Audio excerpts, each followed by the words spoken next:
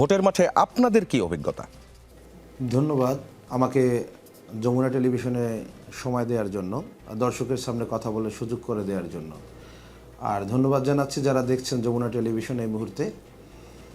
আমাদের ইলেকশনের যেই অভিজ্ঞতার কথা জিজ্ঞেস করলেন, প্রথম কথা হচ্ছে যে আমরা 3টা নির্বাচন পরপর দেখলাম বিগত ফ্যাসিস্ট সরকারের সময়ে, যে 3 রকম ছলচাতুরতার মাধ্যমে পুরো দেশকে একবারে ন্যাকেডভাবে রাজনৈতিক যে বিষয়গুলো মানুষের সামনে তুলে আসলো একদম।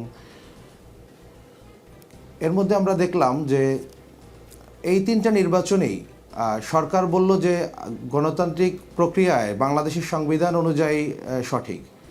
আমরা দেখলাম যে বাংলাদেশের সংবিধান বলছে it's a good election, but মানে all people of Bangladesh said it's a bad election. তো এরকম 3টে ইলেকশনই যখন সমগ্র বাংলাদেশের মানুষ বলছে ইটস এ ব্যাড ইলেকশন, কিন্তু সাংবিধানিকভাবে এটা বৈধ হয়, বাংলাদেশের সেই বয়ান দিয়ে তারা 3টে ইলেকশন করলেন। এরপরে সেই সংবিধান যে পরিবর্তনের যে প্রক্রিয়া, সেটা নিয়ে ব্যাপক আলোচনা হইল।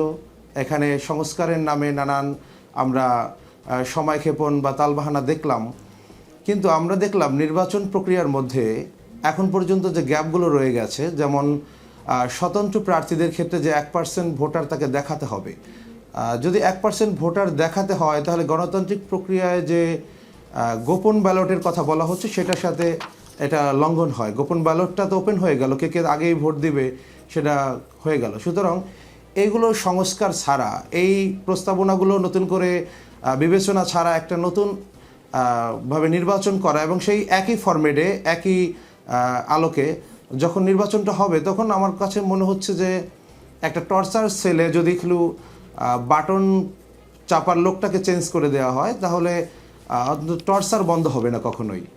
তো সাবেক যিনি প্রধানমন্ত্রী ছিলেন শেখ হাসিনার মতো একজন বাটন চাপার লোক পরিবর্তন করে ডক্টর মোহাম্মদ ইউনূসকে বসালেই সে যত বড় বিজ্ঞ বাটন চাপার লোকই হোক না কেন, টর্চার সেল টর্চারই হবে।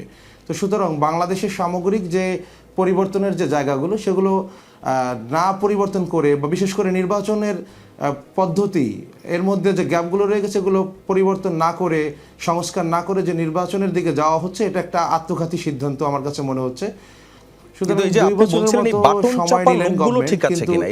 নির্বাচনের ব্যাপারে তো যেই কমিশন রিপোর্ট আমরা দেখছিলাম, সেখানে তো সবকিছুই আসলে ম্যানিপুলেশনের মধ্যে চলে গিয়েছিল। এখন কি বাটন চাপার লোক ঠিক আছে কিন্তু বাটনগুলো ঠিক নাই, সংস্কার হয় নাই, এমন কিছু বলছেন?